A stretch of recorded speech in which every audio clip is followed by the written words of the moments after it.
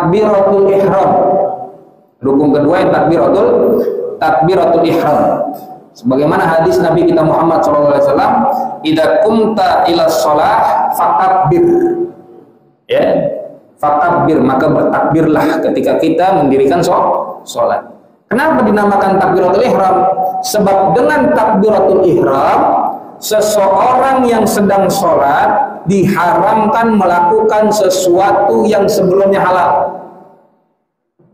Namanya takbiratul ihram karena orang yang sedang sholat diharamkan melakukan sesuatu yang tadinya halal, bahkan hal-hal yang dapat merusak keabsahan sholat.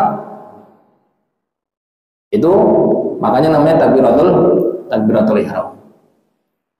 Ini rukun yang kedua yang takbiratul ihram. Penting kita tahu juga nih, mengucapkan takbiratul ihram itu sekiranya diri kita dengar sendiri, kuping kita dengar, nggak mesti kuping orang lain. Ini dengerin makmum nih. Kalau imam kagak apa-apa keras-keras, tapi kalau makmum jangan sampai bikin susah yang lain. Dia mau takbir kagak masuk-masuk karena dengar-dengar suara dia takbir. Mending takbir panjang banget kayak orang aja, Allahu Akbar, kencang banget. Sekiranya seorang yang sholat mendengar kalimat takbiratul ihramnya sendiri itu udah cukup. Kuping mana sih kuping? Nah, kuping kita kuping orang. Sekiranya musolli dikatakan di sini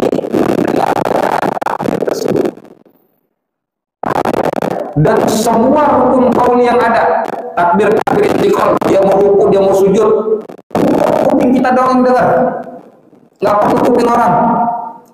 Banyak yang begitu, Pak? Banyak yang begitu, Pak? Banyak. Cukup kuping kita, nggak perlu kuping orang lain. Kecuali imam harus baca keras. Syarat-syarat takbiratul ihram ada berapa di situ? Ada 16. Satu, mengucapkan seluruh huruf-huruf takbiratul ihram yaitu Allahu Akbar dengan posisi berdiri. Jelas? Jadi jangan pas udah qomat, tarawih biasanya nih, tarawih nih, imam udah lagi baca Fatihah dia masih duduk, baca surat pendek dia buru-buru dah. Nah, ketika masih duduk dia udah mengucap Allah sampai berdiri, itu nggak boleh. Mengucapkan takbiratul ihram saat posisi berdiri. Jangan lagi duduk dia udah mulai Allah pas akbarnya dia berdiri, itu nggak boleh. Apabila satu huruf aja tidak diucapkan dalam posisi berdiri, maka sholatnya tidak sah. Maka yang pertama, syarat daripada takbiratul ihram harus dibaca dengan posisi berdiri. Yang kedua, menjadikan dirinya si musolli tersebut, orang yang sholat itu, mendengar bacaan takbiratul ihramnya. Yang tadi, ya harus mendengar. Jadi nggak bisa dengan qomat kamit semata. Orang sholat kagak ada suaranya tuh, cuman mulutnya doang kebuka, itu kagak sah. Minimal dirinya sendiri ngedenger kalimat takbirnya dia, Allahu Akbar, itu minimal. Harus begitu tuh, paham Pak? Jadi kalau dia kagak keluar suaranya, maka sholatnya nggak sah, sholatnya batal. Ngapain dia mendukung, dia qomat kamit doang, kagak ada suaranya. Yang ketiga, menggunakan lafaz jalalah Allah, ya. Jadi kagak bisa Ar-Rahmanu Akbar, kagak bisa tuh Ar-Rahimu Akbar, nggak bisa, harus Allahu Akbar, ya. Diperbolehkan jika ditambah sedikit seperti Allahur Rahmanu Akbar, itu boleh. Allahur Rahimu Akbar, itu boleh. Yang nggak boleh Allahu la ilaha illa huwal hayyul qayyum Akbar, itu nggak boleh, panjangan tuh. Kalau ditambahin sedikit nggak apa-apa. Iya, kursi dibaca panjang. Lanjut. Yang 4. Menggunakan lafaz akbar. Menggunakan lafaz akbar. Nggak boleh Allahu a'lam bishawab, nggak boleh. Allahu a'zam, nggak boleh. Allahu akram, nggak boleh. Allahu akbar. Allahu azam meskipun artinya sama, Allah maha besar, Allah maha agung, tapi nggak boleh, harus Allahu akbar. Nggak bisa Allahu azam, nggak bisa. Kemudian yang kelima, menggunakan sigot, yaitu bentuk kata yang berwazan af'al, sehingga nggak sah kalau meskipun kalimat akbar itu artinya besar diganti jadi Allahu kabir, nggak boleh. Allahu kabir, nggak boleh. Ya, harus wazannya harus af'al, akbar, Allahu akbar. Yang keenam, mengucapkan takbiratul ihram menggunakan bahasa Arab. Nggak boleh pakai bahasa apa? Bahasa Padang, Allah nanggadang, nggak boleh. Allah nu gede, nggak boleh. Allah yang maha besar, nggak boleh. Harus bahasa Arab. Kalau misal ada seorang mu'alaf, dia nggak bisa bahasa Arab dan nggak ada waktu untuk belajar bahasa Arab, mepet waktu sholat, boleh pakai bahasa dia sendiri, kata Imam Ibnu Hajar. Tapi kata yang lain, harus sedikit pun belajar minimal mengucap kalimat Allahu Akbar. Yang penting artinya sama, kata Imam Ibnu Hajar. Penting artinya Allah maha besar. Yang ketujuh, mendahulukan lafaz Allah daripada akbar. Nggak boleh dibalik, akbaru Allah. Harus Allahu akbar, mendahulukan lafaz Allah. Dan tidak boleh membaca mat pada huruf hamzah di kalimat jalalah. Di lafaz Allah, hamzahnya nggak boleh dipanjangin. Allahu akbar. Allahu akbar. Kenapa? Karena dalam bahasa Arab ada namanya harful istifham. Ya. Hamzah itu artinya apakah? Ketika dipanjangin Allahu akbar, apakah Allah maha besar? Itu jadi murtad tidak? Nggak boleh dipanjangin. Allahu akbar. Nggak boleh Allahu akbar. Dan tidak membaca mat pada huruf ba. Ini nggak boleh juga. Kalau tadi tidak membaca mat pada huruf A, Allah, tidak boleh membaca mat dipanjangin pada huruf ba kalimat akbar, nggak boleh. Allahu akbar, nggak boleh. Itu nggak boleh. Kenapa nggak boleh? Karena itu jamak daripada kabar. Akbar itu kalimat jamak daripada kabar. Kabar itu tobel. Tobel itu artinya drum, gendang.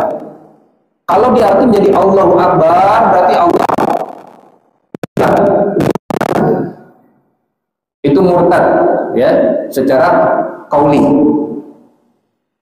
Kemudian yang ke 10 tidak mentasydid pada huruf ba.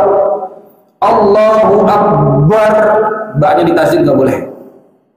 Allahu Akbar nggak boleh. Dan yang ke-11 tidak boleh menambahkan huruf wawu. Wawu sukun maupun wawu berharokat fathah nggak boleh. Contohnya gimana? Allahu Akbar. Allahu Akbar nggak boleh. Lanjut, Allahu Akbar. Nggak boleh hu-nya dipanjangin. Karena di situ ntar ada wawu sukun, nggak boleh. Dan tidak boleh memisah antara dua kalimat takbiratul ihram tersebut.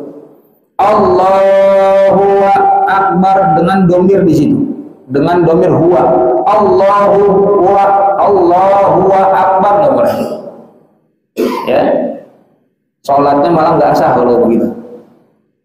Nggak boleh ada pemisah dengan domir. Dan tidak berhenti dalam waktu yang lama ketika kita mengucapkan kalimat takbiratul ihram. Di antaranya tidak boleh kita berhenti dengan waktu yang lama. Allahu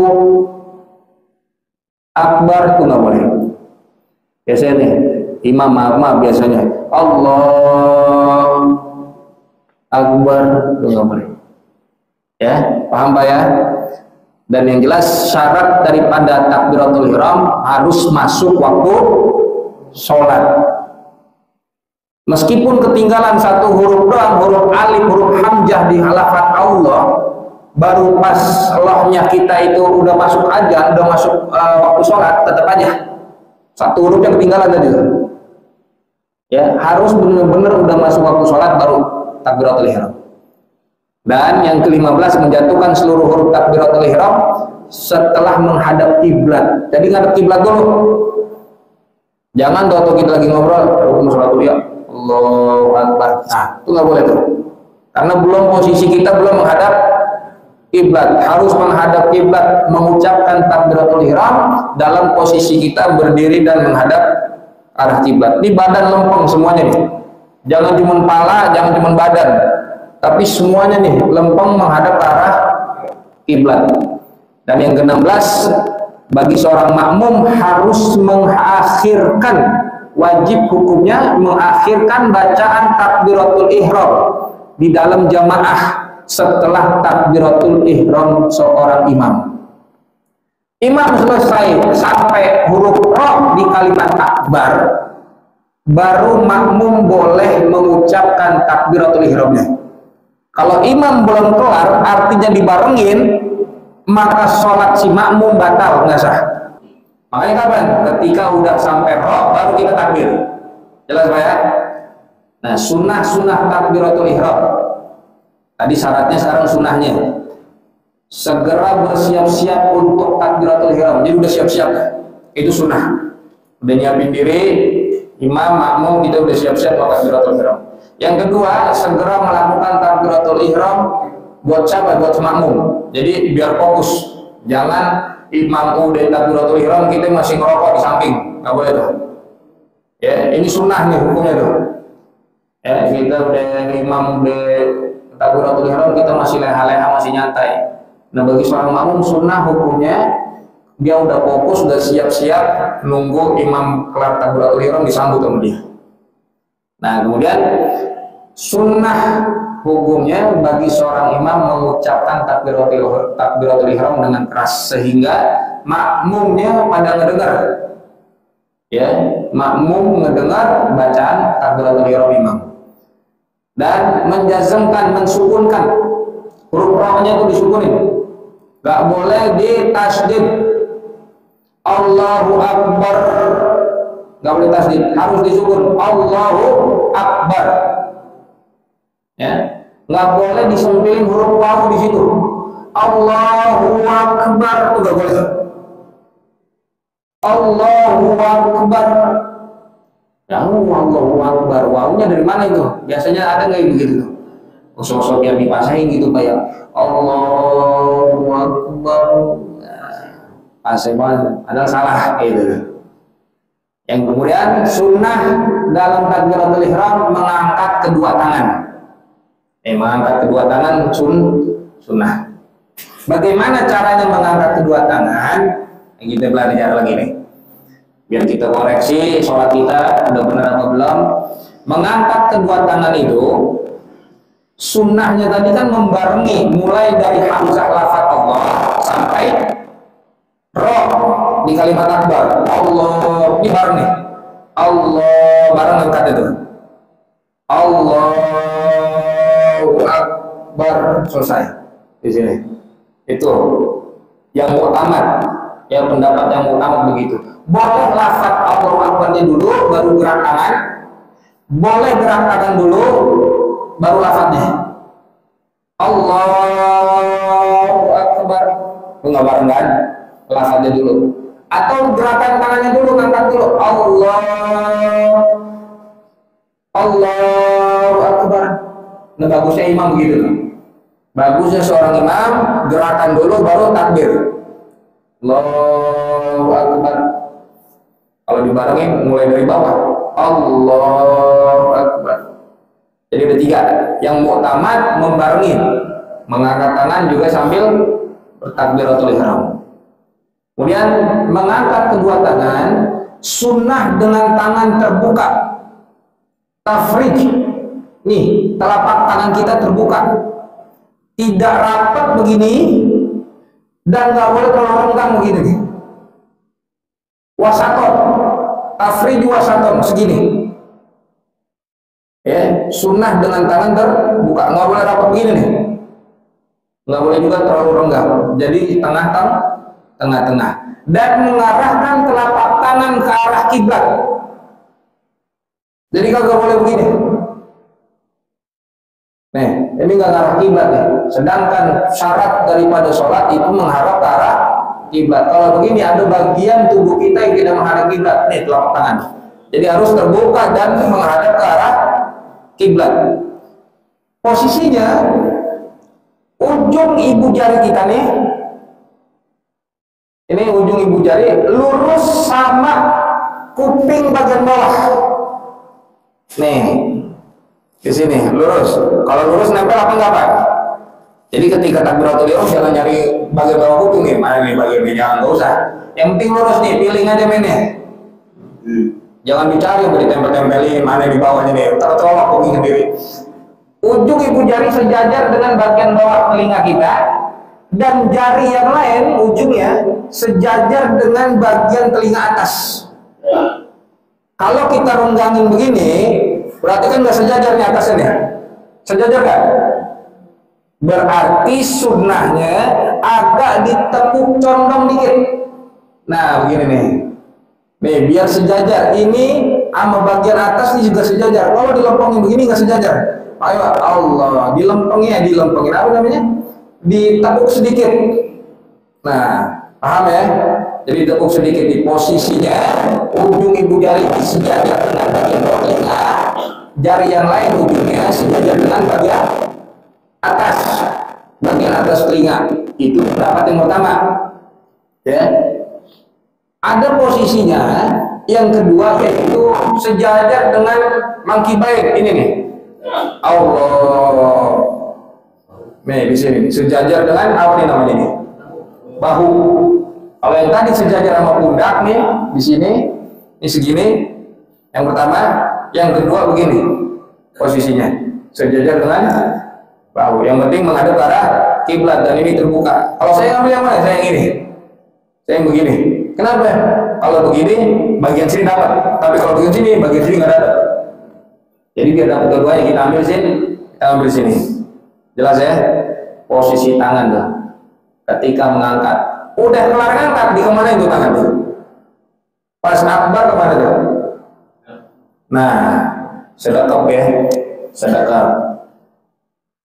Dalam mazhab Syafi'i, posisi sedekapnya kita tuh bagaimana di tangan?